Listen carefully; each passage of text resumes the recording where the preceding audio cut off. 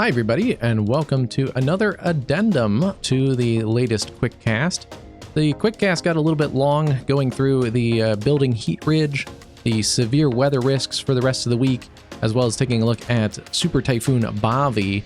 But I wanted to get a tropical update in as well since we are getting into July.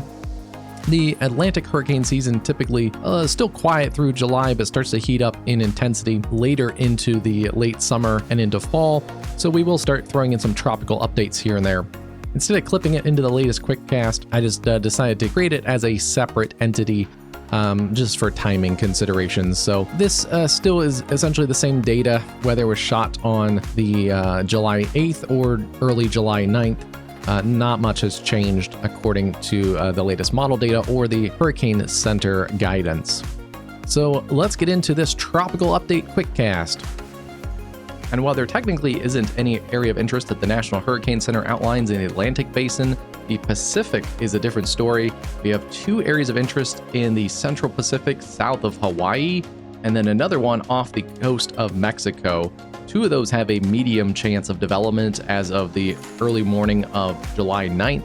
The other one has currently a low chance of development in the 30% 7-day. The other one at 60% in the 7-day, 20% in 2-day. And then the other one is closer to Mexico, 60% in the 7-day. They all are working westerly right now, so even the one that is over the areas closer to Mexico, still expected to generally work away from the Mexican coast if you have interests in coastal Mexico.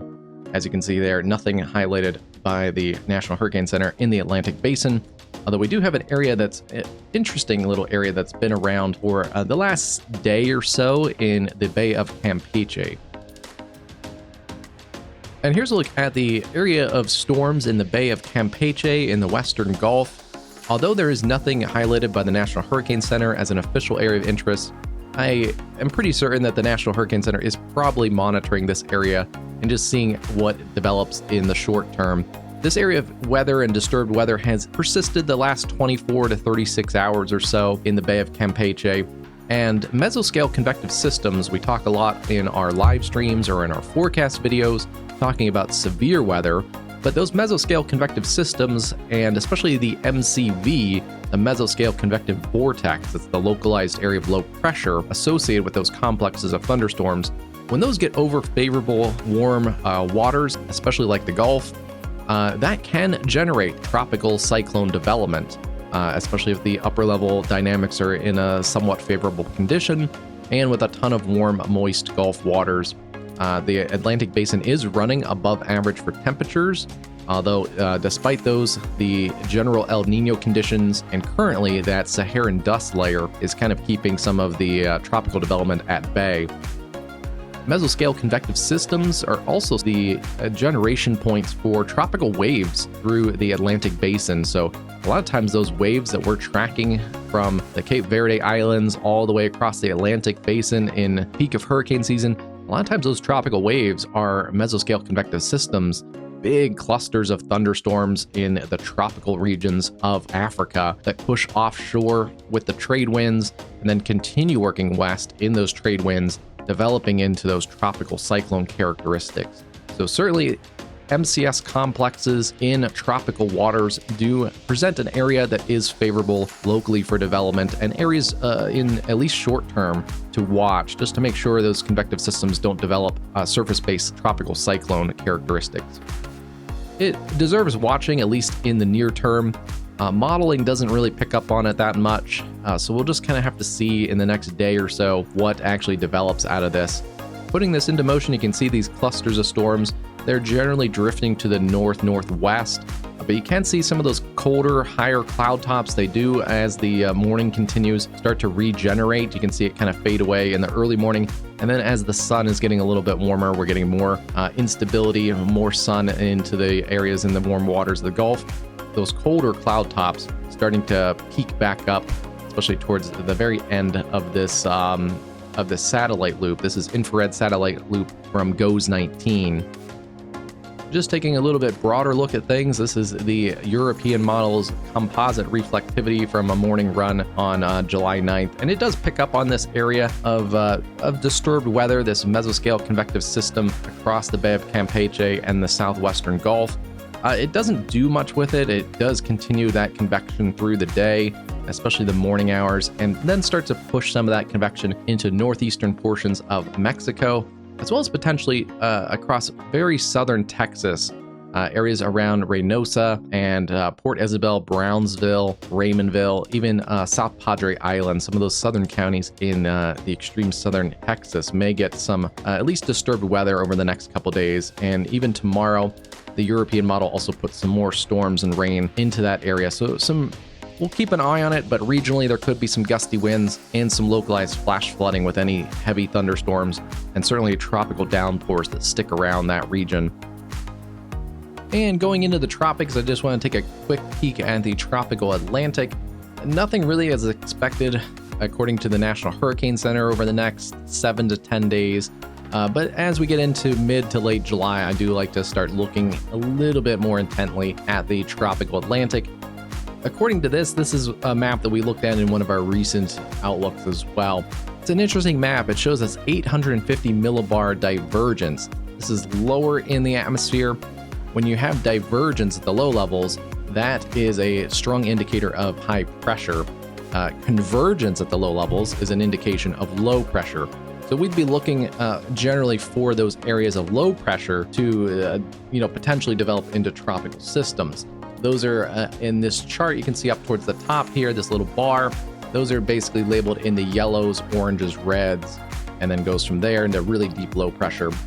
When we see these greens, like we're seeing across most of the tropical Atlantic for the next 7 to 10 days at least, that really indicates that there's the model isn't very favorable for tropical development.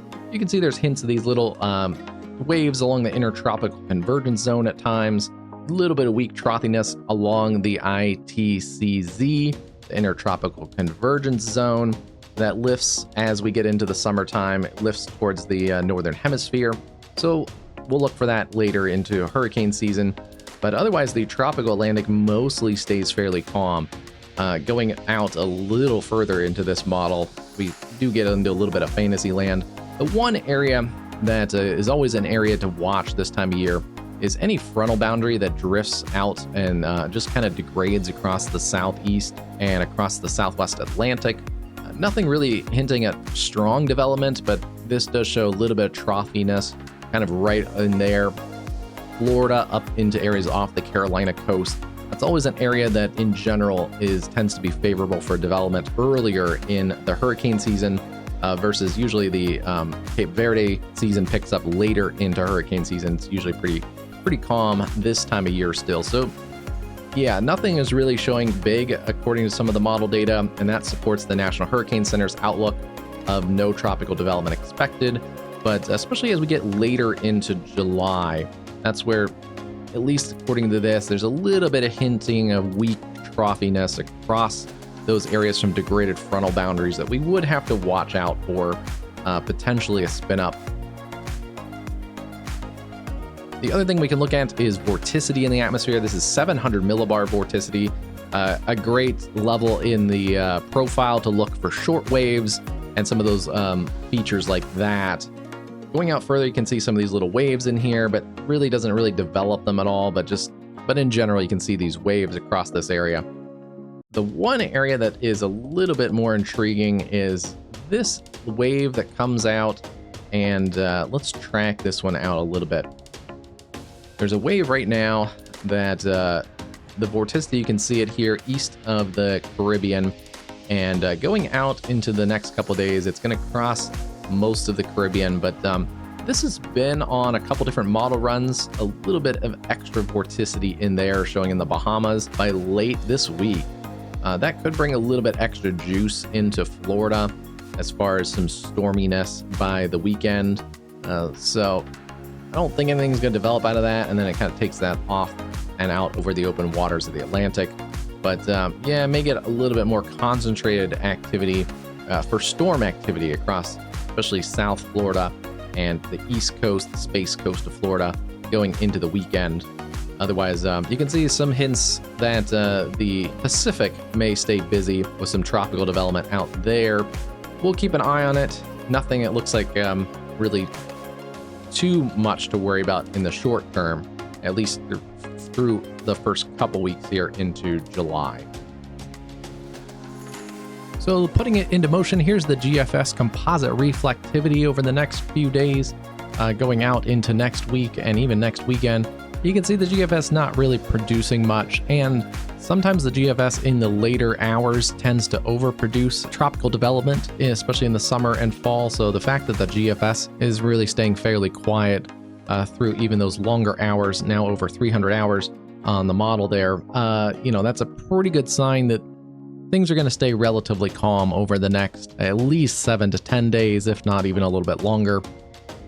If the GFS hints at anything, there is a potential, and you can always get these little spin-ups in the Central American gyre. The GFS does looks like the areas around Nicaragua to be a little bit more active, maybe drifting up towards El Salvador, Belize. We'll keep an eye on that later in the month, and then certainly, as I mentioned earlier, just anything along this frontal boundary, these degraded stalled fronts that stall off the east coast and the southeast. That's another area that sometimes it doesn't take a lot of energy to get something to spin up along there. And sometimes the models, especially in the longer range, have a little bit harder time picking up where one of those can kind of distinctly spin off. But certainly that is a zone to watch as well. So kind of two areas that, and pretty much our typical climatological areas to watch would be those areas, again, that the GFS is mostly honed in on, like off the southeast coast, and then also the Central American gyre.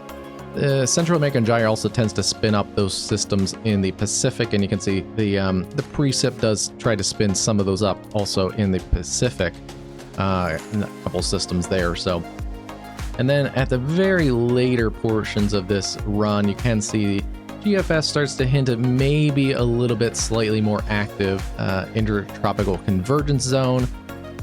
And looking at the precipitable water anomalies, this is another interesting way of looking at it.